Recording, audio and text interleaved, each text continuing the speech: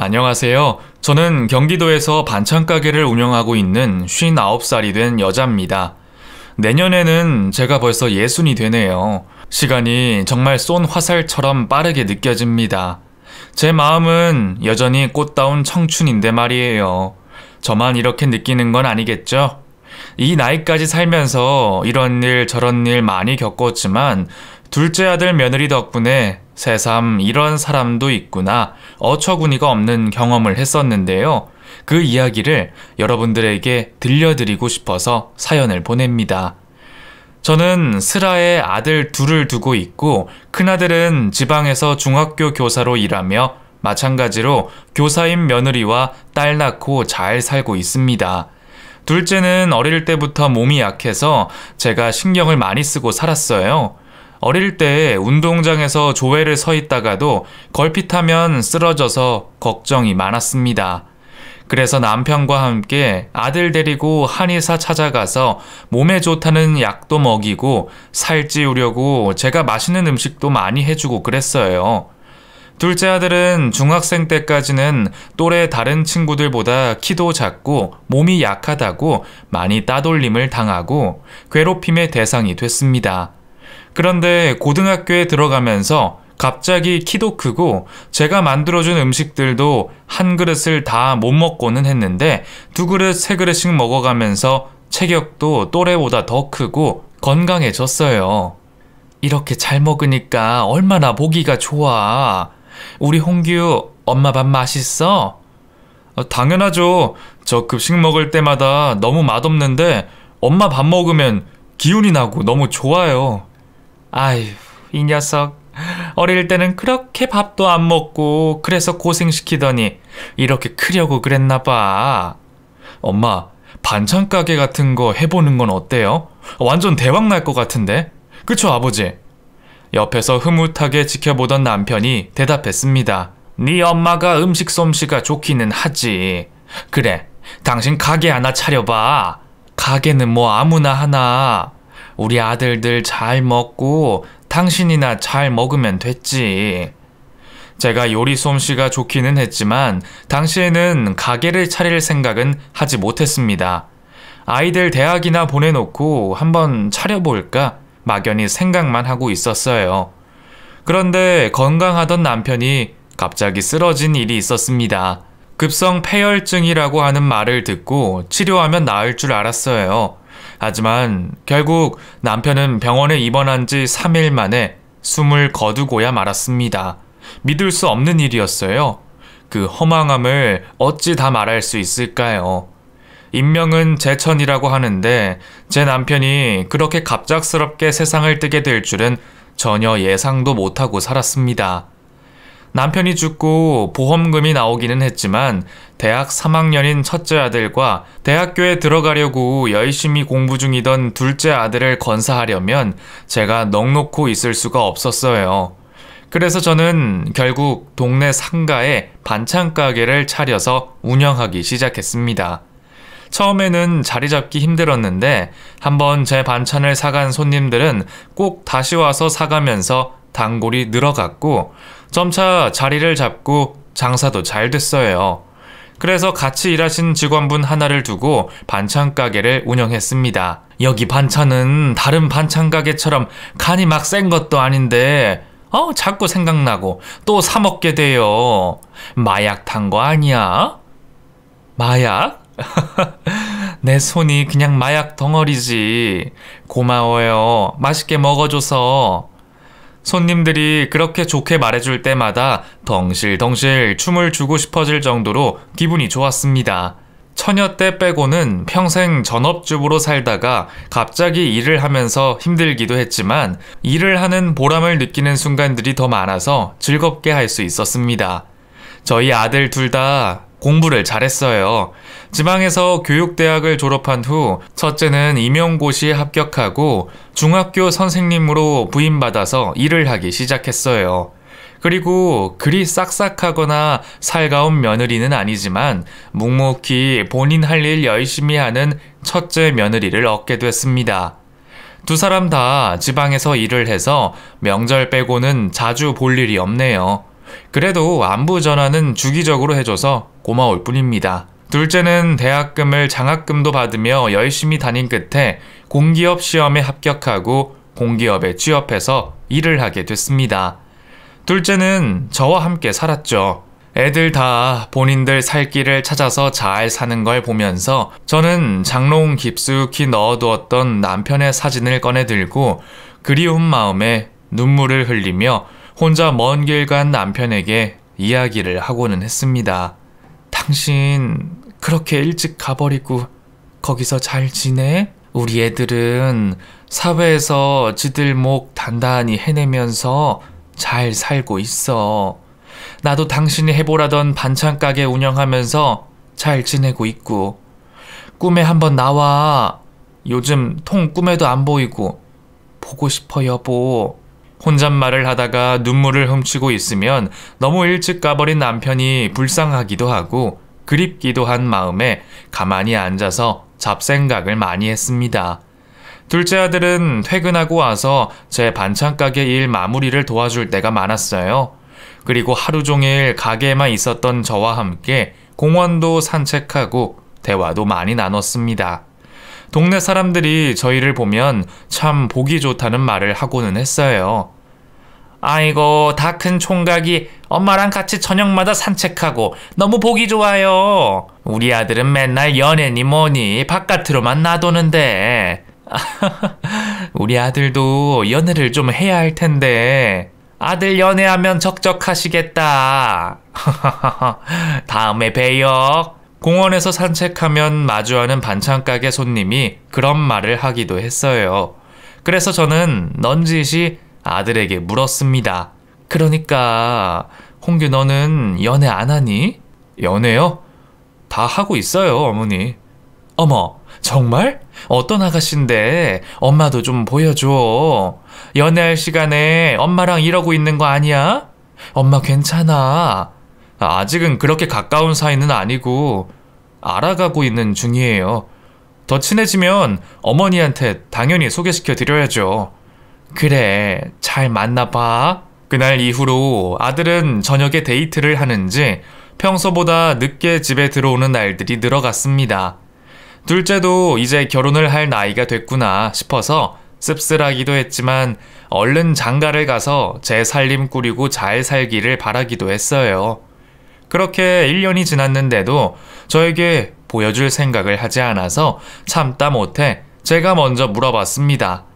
역시 엄마 밥이 최고라니까. 보약이에요, 보약. 엄마 밥만 먹으면 힘이 난다니까요. 우리 홍규 매일 엄마 밥 먹는 거 지겹지 않아?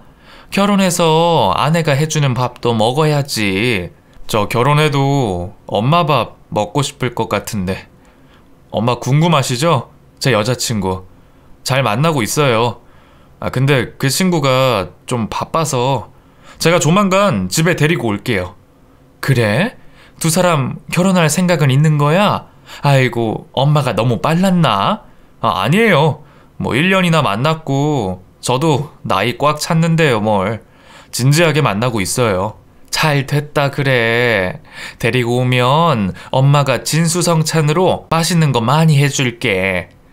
근데 걔가 잘 먹지를 않아서 데이트할 때도 몸매 관리한다고 남기면 제가 다 먹어야 하거든요. 그래, 그럼 엄마가 신경 써서 해줘야지. 그래도 사람이 사회 일하고 그러려면 밥심이 있어야 하는데.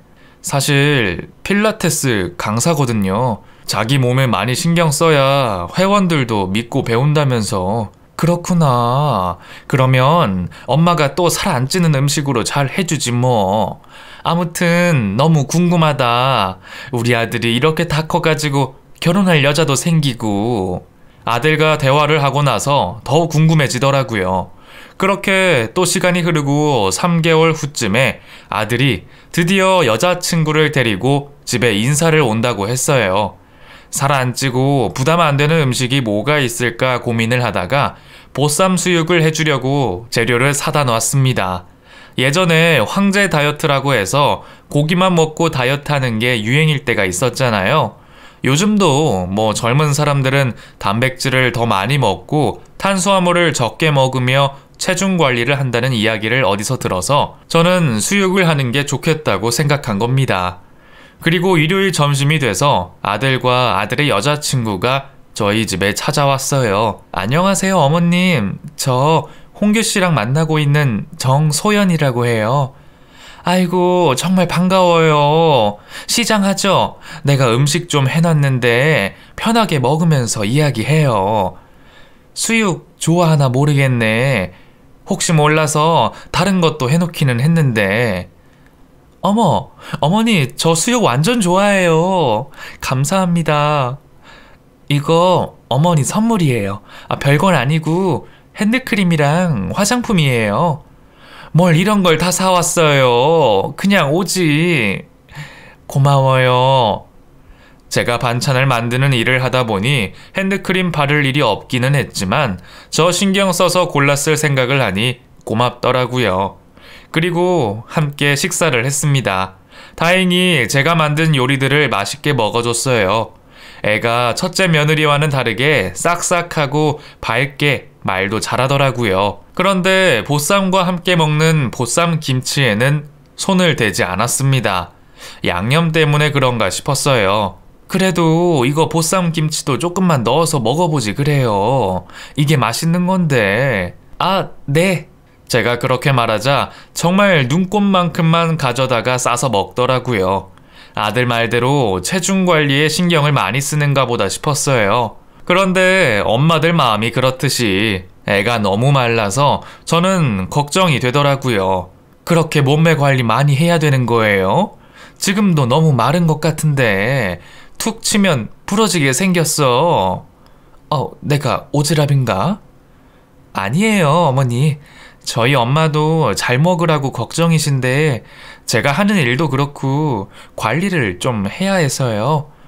근데 이거 보쌈 정말 맛있어요. 제가 먹어본 것 중에 최고예요. 맛있다고 하니까 고맙네. 많이 먹어요.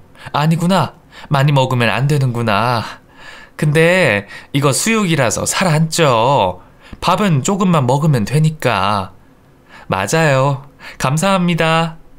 말을 예쁘게 잘한다고 생각했어요.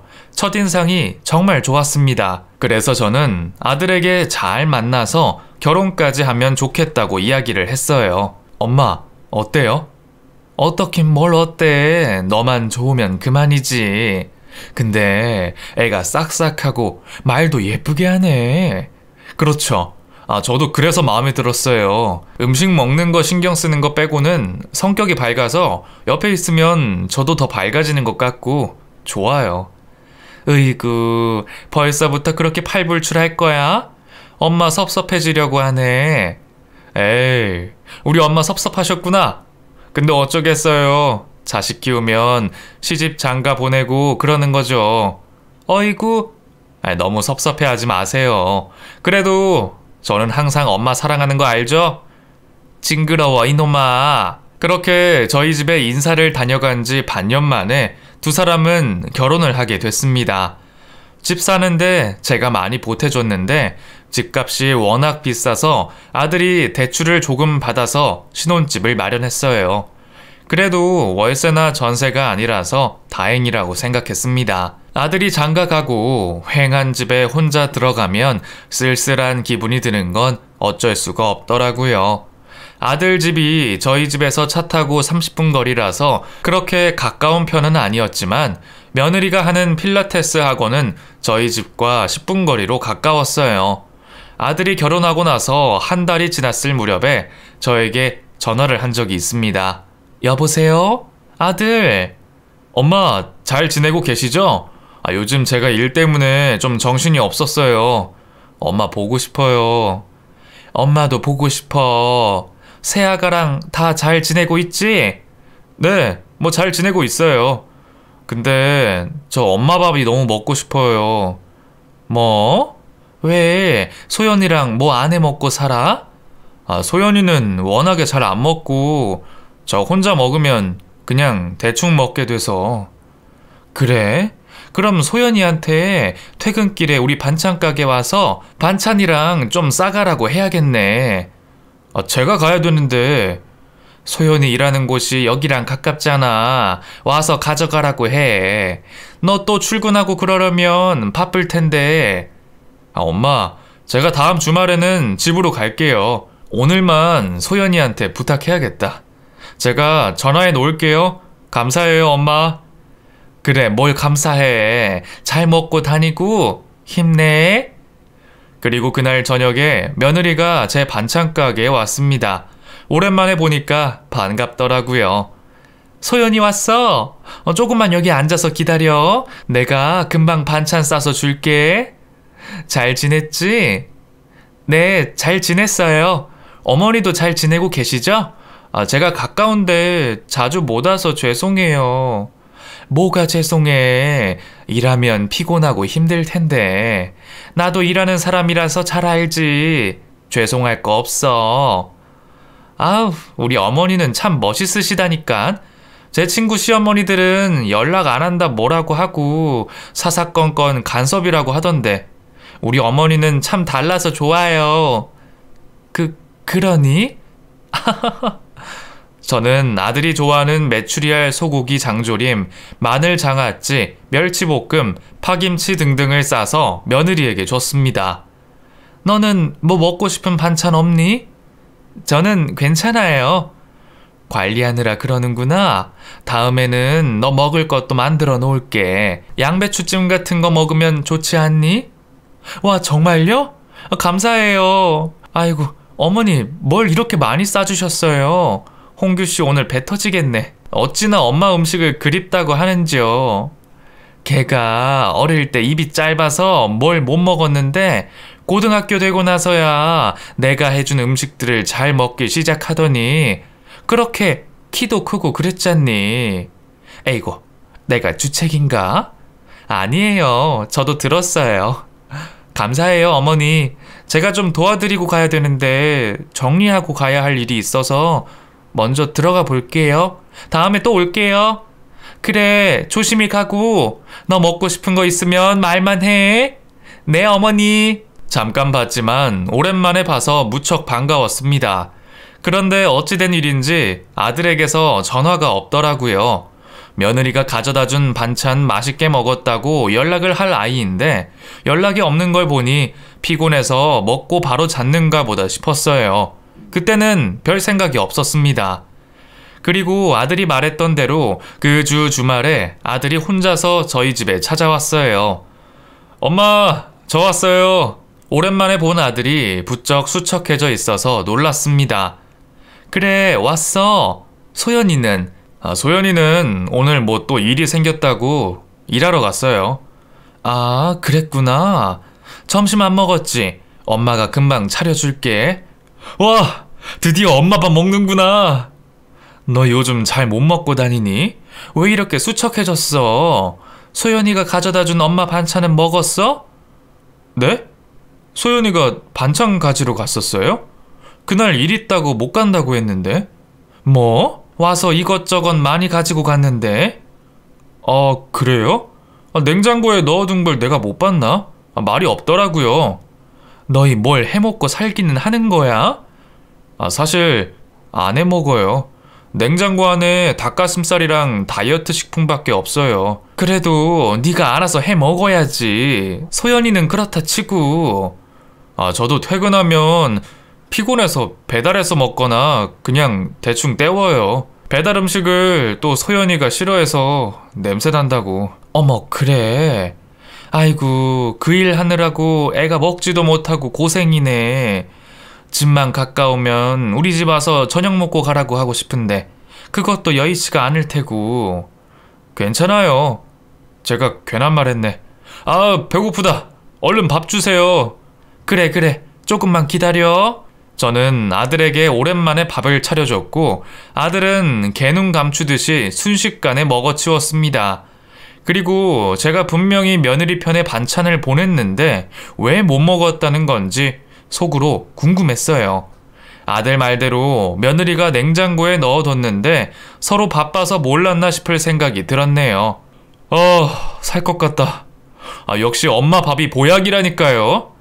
으이그, 장가 가서도 엄마 밥만 찾으면 어떡하니? 30년 넘게 엄마 밥 먹고 살았는데 어쩔 수 없죠. 잘 먹었습니다. 엄마, 저희 집에도 놀러 오세요. 말 나온 김에 오늘 갈까요? 그래도 되나? 소연이가 놀라는 거 아니야? 소연이도 엄마 좋아하는데요, 뭐. 같이 가세요. 가는 길에 커피랑 디저트 사서 가요. 그럴까, 그럼? 아들 신혼집에는 부동산에서 집 구할 때 간 것 빼고는 없어서 저도 궁금했습니다. 그래서 아들과 함께 처음으로 아들네에 가게 됐어요. 가는 길에 저는 집들이 선물로 관리하기 어렵지 않은 멋진 화분을 사서 갔습니다. 집에 도착했는데 휑할 정도로 깔끔하게 정리되어 있더라고요. 가구도 하얀색 류로 해놔서 더 그렇게 보였을지도 모르겠지만요. 깔끔하게 잘 해놓고 사네. 소연이가 더러운 걸 싫어해서 저도 요즘은 신경 많이 쓰고 살아요. 그래, 깔끔하게 해놓고 살면 좋지 뭐. 어머니, 여기 앉아 계세요. 제가 과일 깎아다가 드릴게요. 네가 무슨 과일을 깎아? 어디 온 김에 냉장고 구경이나 할까? 저는 아들과 함께 부엌으로 갔어요. 그리고 며느리가 가져간 반찬이 냉장고에 들어있을 거라는 생각을 하고 냉장고를 열었는데 깜짝 놀랐습니다. 정말 생수랑 닭가슴살과 야채 빼고는 먹을거리가 하나도 없더라고요. 냉장고가 왜 이렇게 텅텅 비었어? 내가 해준 반찬은 왜 없지? 이상하네? 그러게요. 소연이가 아무 말도 안 했었는데. 정말 가지러 간 거 맞아요? 왔었다니까. 내가 소연이 좋아하는 반찬도 나중에 해주겠다고 말했는데 내가 설마 벌써 정신이 오락가락 하겠니? 그럴 나이는 아니다 얘. 그리고 아들과 함께 과일을 깎아서 먹고 사간 디저트와 커피도 마시며 오랜만에 도란도란 이야기를 나눴습니다. 아들이 화장실에 간 사이에 과일 깎은 걸 버리려고 여기저기를 둘러보다가 뒷베란다에 쓰레기 봉투가 놓여 있기에 저는 과일 껍데기와 과자 껍데기를 들고 베란다로 가서 봉투를 열었습니다. 그리고 봉투 안을 보고 제 눈을 의심했어요. 그 안에 제가 며느리에게 주었던 반찬들이 그대로 들어있었거든요. 너무 황당하고 허탈해서 가슴이 철렁 내려앉았습니다. 고맙다면서 애교까지 부리고 가져간 반찬을 이렇게 쓰레기통에 버려놨다니 믿을 수가 없었어요. 한참을 멍하니 서 있는데 화장실에서 나온 아들이 제 옆에 다가와서 뭘 보고 계시냐고 물었습니다. 엄마, 뭘 그렇게 멍하니 보고 계세요? 이게 뭐야? 엄마 반찬 아니에요? 그러게, 이게 왜 여기 들어가 있냐? 저도 모르겠어요. 소연이, 걔가 설마... 걔가 반찬 가져가더니 그대로 쓰레기통에 버려버린 거냐? 그랬나봐요. 엄마 죄송해요. 네가 뭘 죄송하니? 소연이가 왜 그랬을까? 도무지 이해가 안 가네. 그러게요. 제가 오면 물어볼게요. 아들도 황당한 기색이었어요. 눈앞에 버려진 제 반찬들을 보고 이걸 어떻게 받아들여야 할지 저도 너무 당황스러웠습니다. 그리고 아들이 며느리에게 전화를 걸었어요. 소연아, 어디야? 지금 엄마 우리 집에 와 계셔. 뭐? 갑자기 왜? 뒷베란다에 절대 가지 마. 왜? 가지 말라면 가지 마. 어머니 언제 가신대? 너 오면 보고 가시라고 하려고 하는데. 언제 오는데? 오늘 일 좀 더 하고 가야 돼. 나중에 오시라고 해. 그래? 알았어. 근데 소연아, 나 바빠. 끊어. 이따 봐. 통화 소리가 다 들리더라고요. 늦게 온다고 하니까 아들이 저를 집에 데려다 줬습니다. 엄마 속상하시죠? 저도 이해 안 가네요. 뭐 이유가 있었겠지. 소연이랑 잘 이야기해봐라. 싸우지 말고. 네, 제가 잘 이야기해 볼게요. 들어가세요. 또 올게요. 그래, 조심히 가고. 말은 그렇게 했지만 저한테 무슨 억한 심정이 있는 것도 아니고 멀쩡한 반찬을 왜 쓰레기통에 버렸을까 하는 궁금증만 제 머릿속에 맴돌았습니다. 밤에 잠도 오지 않고 그 생각만 했어요. 그리고 점점 화가 나서 머리가 뜨거워지더라고요. 내 앞에서도 반찬을 버리나 궁금해서 저는 며느리에게 밥을 한번 해줘야겠다는 결론을 내렸습니다. 그리고 그날만을 벼르고 기다렸어요. 며느리에게 전화를 걸어서 아들과 함께 집에 와서 밥을 먹고 가라고 이야기했어요. 바쁘니? 네, 어머니. 지금은 안 바빠요. 전에 가지고 간 반찬은 잘 먹었니? 아, 네. 잘 먹었죠. 홍규 씨가 어찌나 어머니 반찬을 좋아하던지 저는 입에도 못 댔어요. 뻔뻔하게 거짓말을 하더라고요. 그랬어? 그럼 이번 주에 일 끝나면 홍규랑 같이 와라. 내가 저녁 차려줄게. 네? 어머니 힘드신데 안 그러셔도 돼요. 힘들긴 뭐가 힘드니? 내가 늘 하는 일인데. 홍규 때문에 너는 입에도 못 댔으니까 내가 이번에는 맛있는 거 많이 차려놓을게. 와서 먹어. 너 뭐 좋아하니? 저는 뭐 어머니가 해주시면 다 좋죠. 근데 제가 아시다시피 관리를... 그래. 그럼 내가 다이어트 식단으로 너 거는 따로 준비할 테니까 걱정 말고 와라. 언제 올래? 그럼 내일 모레쯤에 갈게요. 그래, 그때 보자. 저는 자존심뿐만 아니라 인격 모독까지 당한 기분을 느끼고 있었어요. 쓰레기통에 버려진 제 반찬들이 머릿속에서 떠나지를 않았습니다. 본인이 안 먹으면 제 아들 먹으라고 줘도 될 것을 왜 그렇게 버린 건지 이해하려고 해도 이해할 수가 없었어요. 그리고 아들과 며느리가 오기로 한 날에 저는 일찍 가게 문을 닫고 집으로 가서 요리를 하기 시작했습니다. 그놈의 살 타령하는 며느리에게 줄 양배추찜과 결혼 전에 잘 먹었던 수육 보쌈도 해놓고 아들에게 줄 갈비찜과 반찬들을 준비해뒀어요. 그리고 저녁이 되자 아들과 며느리가 제 집에 도착했습니다. 어머니, 저희 왔어요. 그래, 왔니? 오늘도 고생 많았어. 밥 안 먹었지? 배고프겠다. 손 씻고 와서 밥 먹어. 내가 다 차려놨어. 와, 엄마, 벌써 차려놓으셨어요? 그러게. 어머니, 제가 와서 도와드려야 되는데 너 뭐 음식 해먹지도 않는데 요리할 줄이나 아니. 그래도 옆에서 심부름해도 되고. 괜찮아. 씻고 와서 밥 먹자. 저는 며느리의 입에 발린 말들이 그때부터는 곧이곧대로 들리지가 않았어요. 손을 씻고 나온 며느리와 아들은 식탁 위에 차려진 밥상을 보고 깜짝 놀랐습니다. 엄마, 뭘 이렇게 많이 하셨어요? 오늘 무슨 날이에요? 너희 둘이 식성이 다르니까 내가 골고루 준비했어. 어머니, 정말 대단하시다. 대단하기는. 서 있지 말고 이제 앉아서 밥 먹자. 그리고 다 같이 앉아서 식사를 했습니다. 아들은 열심히 먹고 있는데 며느리는 깨작대며 제대로 먹지도 않더라고요. 저는 날 잡은 김에 하고 싶은 말을 다 하려고 했어요. 소연이, 너는 근데 애가 어쩜 더 마른 것 같니?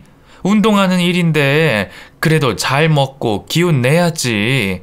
자꾸 그렇게 마르면 건강에도 안 좋은 거 아니니? 네? 제가 말랐어요? 저는 잘 모르겠는데. 너 너무 말랐어. 몇 킬로야? 42kg인가? 별로 안 말랐어요. 뭐? 42kg? 그러니 뼈만 보이지. 너 키도 크잖아. 팍팍 좀 먹어. 그거 양배추찜이랑 너 좋아하는 수육이랑 좀 먹어라 얘.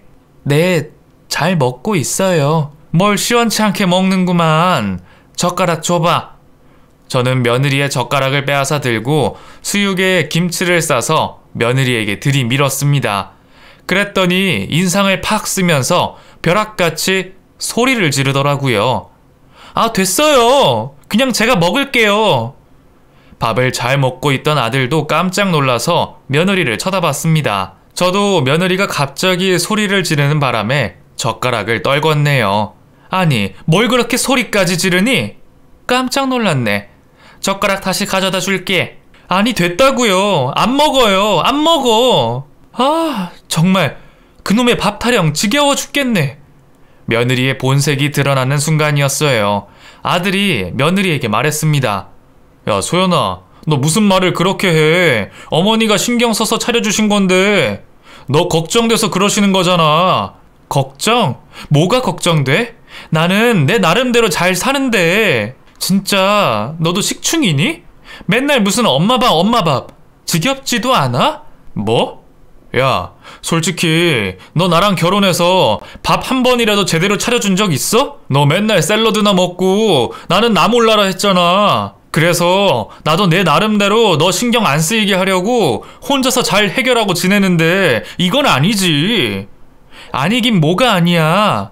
어머니, 진짜 왜 그러세요? 밥 못 먹고 죽은 귀신이 달라붙은 것도 아니고 왜 자꾸 이러시냐고요? 내가 뭘 어쨌다고 그러니? 너희 결혼하고 나서 처음 밥 먹으라고 차려준 건데. 너 좀 이상하다. 전에 내가 챙겨준 반찬 너 어떻게 했어? 참 어떻게 하긴요. 말씀드렸잖아요. 이 사람이 다 먹어치웠다고요. 뭐? 너 입에 침이나 바르고 거짓말을 해. 내가 전에 집에 가서 봤는데 쓰레기 봉투에 다 버려놨더구만. 제가 그렇게 말을 했더니 눈이 뒤집힌 며느리가 밥상을 뒤엎으며 소리를 질렀습니다. 아! 지겨워 진짜. 언제 와서 그건 본 거야? 이 반찬 냄새나고 더럽다고. 구역질 나는 거 억지로 가져갔더니. 식탁 위에 차려둔 제가 만든 음식들이 바닥에 다 널브러져 있었고 며느리는 방방 뛰면서 난리를 쳤습니다. 정말 미친 사람이 따로 없었어요. 그동안 제가 본 며느리는 다 헛것이었나 싶을 정도였습니다. 아들도 많이 놀란 눈치였어요. 야, 소연아, 정신 차려. 너 왜 그래? 뭘 왜 그래? 다 짜증나. 나 살 더 빼야 한다고. 다들 왜 이렇게 밥 타령이냐고. 미쳐 날뛰는 며느리를 진정시킬 수가 없었어요. 저도 모르게 며느리의 뺨을 내리쳤습니다. 그제서야 정신이 들었는지 며느리가 자기 볼을 손으로 감싸고 저를 노려봤어요. 지금 저 때리신 거예요? 그래, 너 지금 이게 무슨 짓이야? 왜 밥상을 다 뒤엎고? 너 지금 제정신이니? 제가 말하자 며느리가 저를 때리려고 손을 들었습니다. 정말 심장이 덜컥 내려앉았어요. 그런데 그 손을 아들이 막았습니다. 야, 진정하라고! 너 지금 엄마한테 손찌검 하려고 한 거야? 나도 맞았어. 그럼 이 아줌마도 똑같이 맞아야지. 너 정말 제정신이 아니구나. 어떻게 이때까지 네 본색을 감쪽같이 숨기고 있었냐? 엄마, 죄송해요. 저는 화가 나기도 했고 며느리에게 억지로라도 음식을 먹여야겠다는 오기가 생겼습니다. 그래서 바닥에 떨어져 있던 보쌈을 들고 며느리에게 다가갔어요. 나도 못 참겠다 이년아. 너만 성질 있는 줄 알아? 냉큼 입 벌려. 음식 귀한 줄 모르고 이게 어디서? 그리고 억지로 며느리 입에 보쌈을 넣으려고 했습니다. 그랬더니 결국 며느리는 제 팔을 내리치고 제 어깨를 밀쳤어요. 저는 그대로 뒤로 나자빠져서 머리를 냉장고에 부딪히고 잠시 정신을 잃었습니다. 몇 분이 흘렀는지 몇 초가 흘렀는지 모르겠는데 눈을 떴더니 아들이 저를 걱정하며 핸드폰으로 119에 전화를 걸고 있었어요. 홍규야, 엄마 괜찮아. 119에 전화하지 마라. 엄마 괜찮아요? 응, 괜찮아. 소연이 걔는 어디 갔니? 어머니, 저 여기 있어요. 정신이 드세요? 죄송해요. 제가 미쳤었나 봐요. 며느리는 제 앞에 와서 납작 엎드려서 빌고 있었습니다. 며느리의 이중인격과 분노 조절 장애를 목격한 뒤라서 너무 소름이 끼치더라고요. 난장판이 된 집안과 미친 며느리를 보고 있자니 저까지 돌아버릴 것 같았습니다. 됐어. 너희 이제 가라. 엄마, 그래도 병원 가셔야 할 것 같은데 머리 좀 봐봐요. 아, 여기 홍났어요. 안 되겠어요. 제 차 타고 병원 가세요. 어머니, 그렇게 하세요. 정말 죄송해요. 너 이러는 거 끔찍하고 소름 끼친다. 아까까지만 해도 날 죽일 듯이 굴더니 이제 와서 왜 이래? 제 머리를 한참 살피던 제 아들이 며느리에게 말했습니다. 야, 소연아, 너 이런 여잔 줄 몰랐어. 너야말로 정신과에 좀 가야 할 것 같다. 너랑 못 살겠어. 이혼하자. 뭐? 이혼? 미쳤어? 내가 뭘 어쨌다고? 또 본색 나오려고 하네. 아니, 내가 뭘 어쨌다고.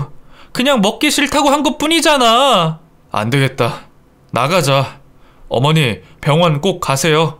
이거 제가 치우고 가야 되는데 죄송해요. 그래, 가라 그냥. 저는 힘이 다 빠져서 그렇게 말했고 아들과 난리를 치는 며느리는 제 집 밖으로 나갔습니다. 저는 정신이 아득하고 멍해져서 난장판이 된 집을 바라만 보고 있었어요. 쓰나미가 온 집안을 쓸고 지나간 느낌이었습니다. 저는 겨우 기운을 차리고 며느리가 뒤엎은 밥상과 바닥을 정리했어요. 정리를 하는데 왠지 모르게 눈물이 흐르더라고요. 내가 뭘 그리 잘못해서 며느리한테 그런 꼴을 당해야 하는 건가 어이도 없었습니다. 바닥에 버려진 아까운 음식들을 제 손으로 치우면서 허망하고 가슴이 뻥 뚫린 기분이었어요. 겨우겨우 힘을 내서 정리를 다 하고 씻고 힘이 없어서 침대에 누워 있었습니다. 그리고 밤이 됐는데 며느리에게서 전화가 왔어요. 받기 싫었지만 안 받으니까 계속 전화를 해서 결국 전화를 받았습니다. 어머니, 아까는 제가 정말 죄송해요. 제가 미쳤었나 봐요. 어머니한테 손찌검을 하고 그 난장판을 만들고 정말 죄송해요. 나 지금 너랑 이야기할 힘이 없다. 그리고 앞으로 너 보고 싶지 않으니까 둘이 그냥 잘 살아라. 어머니, 홍규 씨가 저랑 지금 이혼하자고 난리예요. 한 번만 용서해 주시고 홍규 씨 좀 말려주세요. 내가 어떻게 말리냐? 너희 둘이 알아서 해결해라. 어머니, 이러실 거예요? 애초에 원인 제공자는 어머니잖아요. 또 소리를 지르는 며느리의 목소리에 깜짝 놀라서 전화기를 손에서 놓칠 정도였어요. 다시 전화기를 귀에 대자 며느리는 고래고래 소리를 지르고 있었습니다. 저도 참지 못하고 안에 있던 말을 다 내뱉었어요. 너 그때 그 반찬은 왜 쓰레기통에 버렸니? 먹기 싫으니까요. 꼴도 보기 싫으니까요. 나는 못 먹는데 그 인간 먹는 꼴을 보고 싶겠어요?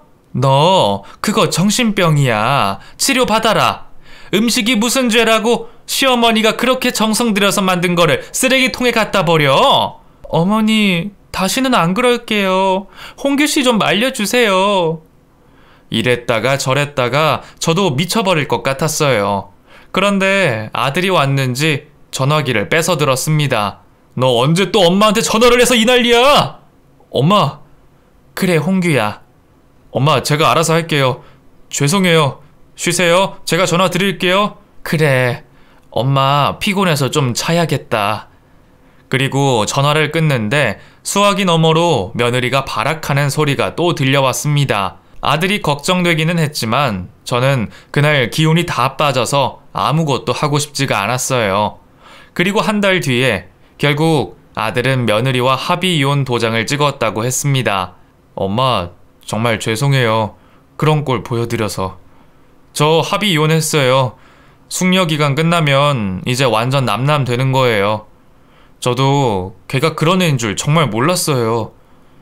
결국에 그렇게 하기로 했니? 잘 생각해보고 결정한 거 맞아? 그럼요. 그 꼴을 보고 제가 어떻게 걔랑 평생 같이 살겠어요. 자기 집만 뺏어 나갔으니까 이제 더 볼 일 없을 거예요. 그래, 네 결정이 그렇다면 엄마가 뭐라 할 말은 없네. 잘했어. 아들도 고심 끝에 이혼을 한 것이라 생각해서 저는 별다른 말을 해줄 수가 없었습니다. 그런데 이혼하고 숙려 기간에 며느리가 제 반찬 가게에 찾아온 적이 있어요. 애가 더 말라 비틀어져 있더라고요. 어머니, 네가 여기는 웬일이냐?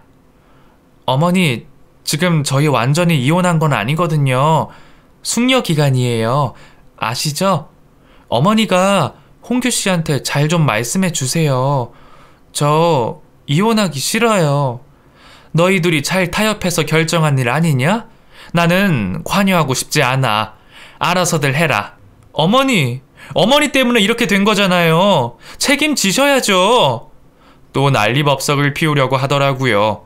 얼굴을 들이밀며 다가오는데 저는 김치 양념하던 손으로 전 며느리의 얼굴을 밀었습니다.